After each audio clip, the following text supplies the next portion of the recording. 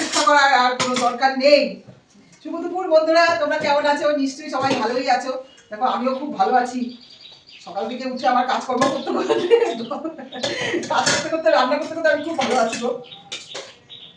তোমরা সবাই ভালো থেকো, সুস্থ থেকো, আনন্দ থেকো, সেটাই বলছি। যে দাদাকে দেখো ভাত দিয়ে দিচ্ছি, গরম গরম ভাত। খেতে বসে গেছে, খেতে বসে আমাকে আজকে আবার ডাকছে না দাদা, বসেই রয়েছে, আমাকেও ডাকতে হচ্ছে না, উনিও আমাকে ডাকছে না, এরকম একটা ব্যাপার আর কি। এই যে ভাতটা কি ছড়িয়ে দেবো না এরকম থাকবে? একটু ছড়িয়ে দাও। সবাই খুব সুন্দর গুছিয়ে গুছিয়ে দেয়, আর তোমাকে ভাতটা আমি ছড়িয়ে ছড়িয়ে দিই। তোমার আজকে মনের মতন জিনিস রান্না হয়েছে। মনের মতো জিনিস রান্না হলে কি হবে? এটা লোকে ঘি দিয়ে খেলে তবে না। সেটা উনি তো খাবে নাকি, আমি কি করতে পারি? সেটা ঘিটা খাওয়ার ওনার ইচ্ছা নেই। উনি হচ্ছে কাঁচা তেল দিয়ে জিনিস খেতে ভালোবাসে। আলু সেদ্ধ মাখলে পরে কাঁচা তেল দিয়ে খাবে, ঘি দিয়ে আলু সেদ্ধ দিয়ে মানুষে মাখে, সেটা তো খাবে না। লঙ্কা দেবো, আর সবজি আছে, সবজিটাও নিয়ে আসছি দাদা। এই যে তোমার কাঁচা লঙ্কা, ও বাবা একটার সাথে আরেকটা ফ্রি চলে গেল। লঙ্কা একটা অন্য জিনিস দিয়েও খেতে পারবে লঙ্কাটা যদি খাও। ঠিক আছে, তবে বন্ধুরা আমি খাবার শুরু করছি।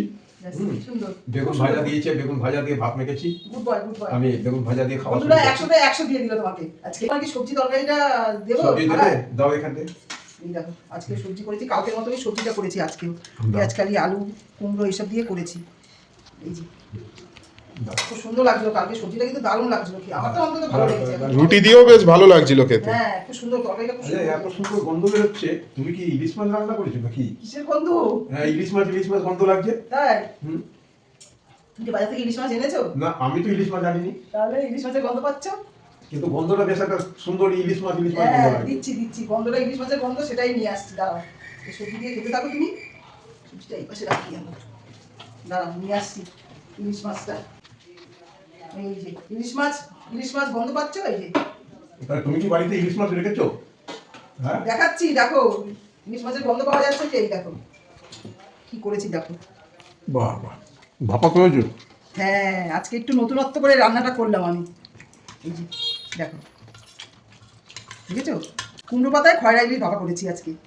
দেবো তোমার থালায় দেবো না বাটির মধ্যে দেবো? না বাটির মধ্যেই দিই। এই যে কুমড়ো পাতায় ইলিশ মাছের, এই তোমার খয়রা, মানে ইলিশ মাছ তো আর বলে, এটাকে খয়রা ইলিশ বলে।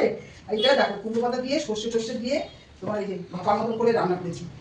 সত্যি সত্যি গন্ধটা ইলিশ মাছের মতোই আসছে। গন্ধটা ইলিশ মাছের মতোই আসছে। হ্যাঁ আমি তো তোর ওই কি বলে জানো, বেগুন দিয়ে আলু দিয়ে মানে ইলিশ, এই খয়রা ইলিশটা রান্না করি। এবার তোমার ছেলে আবার বলছে, মা একটুখানি ওরকম করে করো তো দেখি, কাঁচা মাছটা আর কি ইলিশ মাছের মতো মেখে টেকে সর্ষে মেখে টেকে দিয়ে কুমড়ো পাতার মধ্যে এবার টিফিন কারি করে এই ভাপাটা দিয়েছি। দেখো কালারটাও খুব সুন্দর এসছে, তাই না? এখনকার মতো রাখছি, পরের ভিডিওতে আবার তোমাদের কাছে আসবো। টাটা।